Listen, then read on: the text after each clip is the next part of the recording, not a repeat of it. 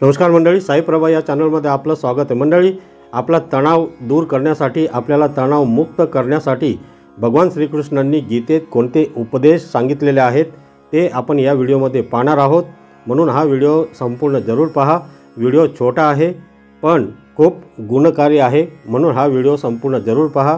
आणि जर हा व्हिडिओ तुम्हाला आवडला तर या व्हिडिओला लाईक करा, शेअर करा आणि आपल्या या चॅनलला सबस्क्राईब जरूर करा।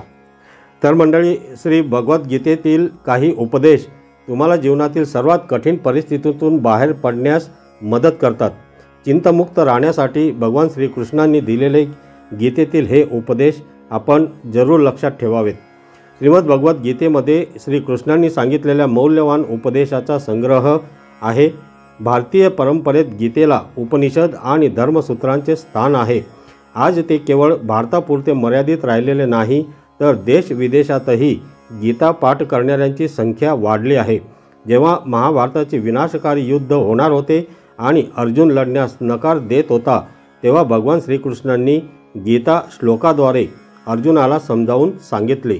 जगातील महान विद्वान गीता श्लोक वाचतात आणि त्यांचे पालन करतात। गीता श्लोकांमध्ये आपल्या सर्व समस्या एका क्षणात सोडविण्याची क्षमता आहे।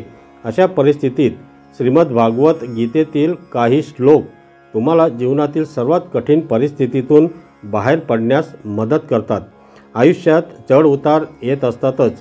कधीकधी कठीण प्रसंगी माणसाला बाहेर पडण्याचा कोणताही मार्ग दिसत नाही आणि अशा परिस्थितीत मन उदास होते।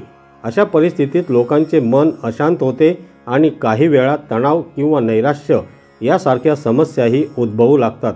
अशा वेळी भगवान श्रीकृष्णांच्या शिकवणुकीचे स्मरण केल्यास तणावापासून आपल्याला दूर राहता येते।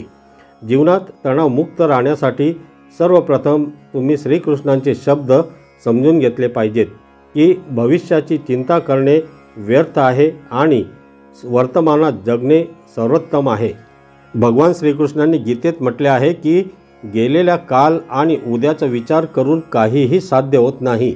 यामुळे फक्त तुमचे मन अस्वस्थ होते। सध्या चांगली कामे करण्याकडे अधिक लक्ष दिले पाहिजे। यामुळे तुमचे भविष्य आपोआप चांगले होते। खरे तर आपले मन हेच आपल्या दुःखाचे कारण आहे। श्रीकृष्ण गीतेमध्ये म्हणतात की ज्या व्यक्तीने आपल्या मनावर नियंत्रण ठेवले आहे तो अनावश्यक चिंता आणि इच्छांपासून मुक्त होतो। अशी व्यक्ती सहजपणे आपल्या ध्येयावर लक्ष केंद्रित करू शकते आणि ते साध्यसुद्धा करू शकते। कोणतीही व्यक्ती पूर्णपणे परिपूर्ण नसते। प्रत्येकजण कधी ना कधी चुका करतोच। अशा परिस्थितीत आपण आपल्या चुका आणि पराभवातून शिकून पुढे जायला हवे। निराश होऊन दुःखी होऊन बसू नये। यामुळे कोणतीही समस्या सुटत नाही, उलट तुम्हाला काळजी वाटू लागते। तसेच तुम्ही स्वतःची तुलना इतर कोणाशीही करू नये। श्रीकृष्ण म्हणतात की जो माणूस स्वतःची इतरांशी तुलना करतो तो कधीही सुखी होऊ शकत नाही, तो कधीही सुखी नसतो। तुम्ही जसे आहात तसे स्वतःला स्वीकारले पाहिजे। भगवान श्रीकृष्णांनी गीतेत म्हटले आहे की मनुष्याने भगवंतात लीन व्हावे। देवाशिवाय संपूर्ण जगात कोणीही मनुष्याला सोबती नाही।